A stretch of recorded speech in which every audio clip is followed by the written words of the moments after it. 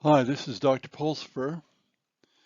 I made a video about the Ukraine war about 2 months ago, July 4th, and I've decided to follow up on how are things going, how have they changed more than 2 months later.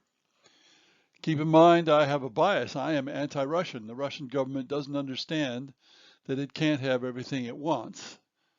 It doesn't care about anybody else. The nearest we've had to Nazis and Nazi aggression since World War II is this attack on Ukraine. And if the Russians succeed, other countries will be attacked. Part of the problem with figuring out what's going on is who's telling the truth.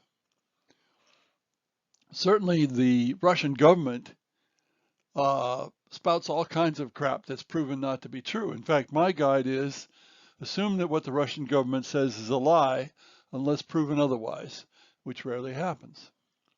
But there are lots of other sources, other ways to check, visual evidence from satellites and so forth.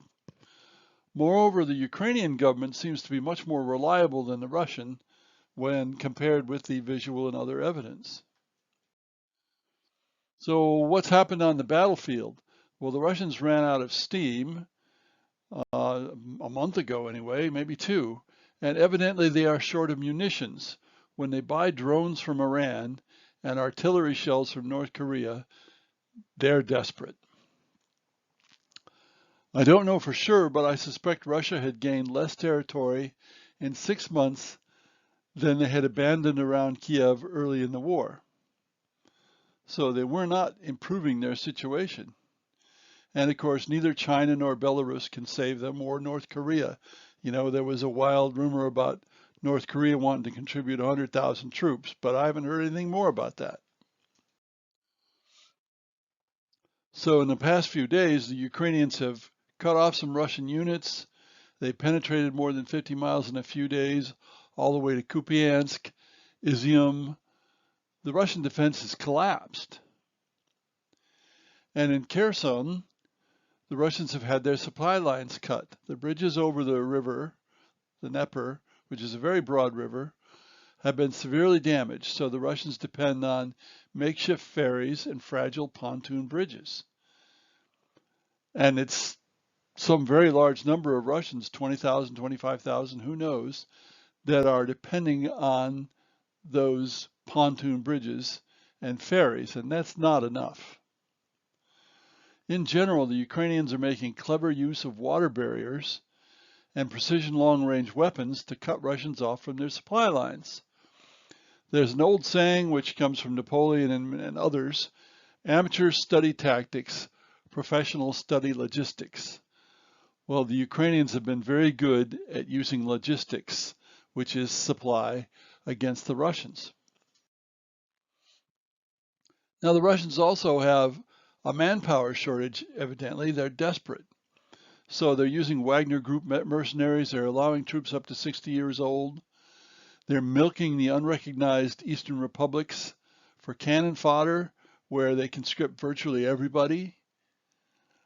They're not using inhabitants from Moscow and St. Petersburg in order to hide the extent of their losses from their own population.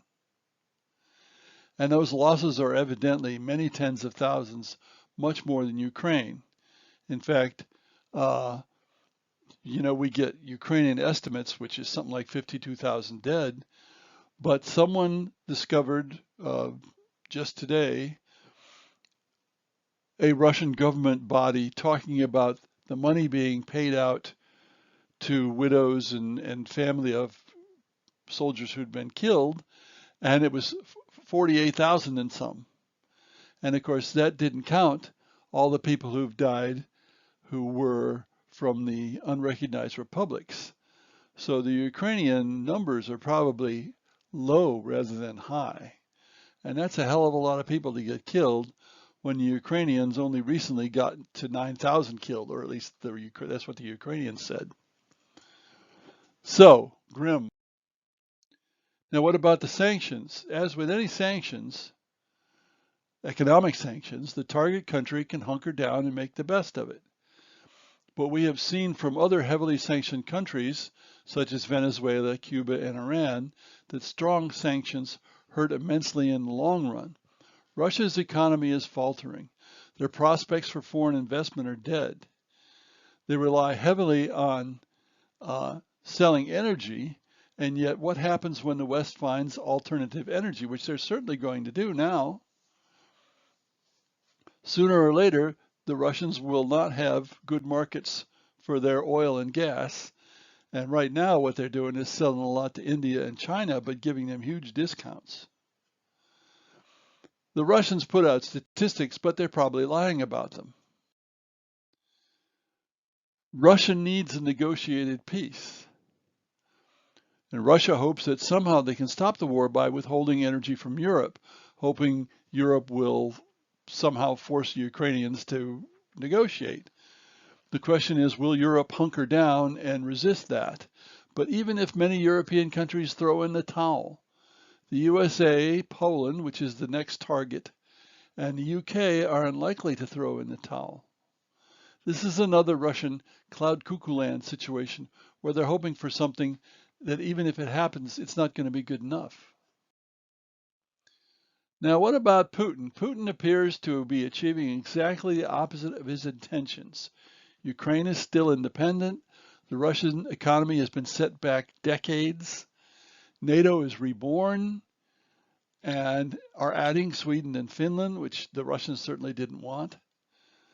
There's possibly internal opposition that's resorting to bombing. For example, the young lady who was killed instead of her father in a car bomb.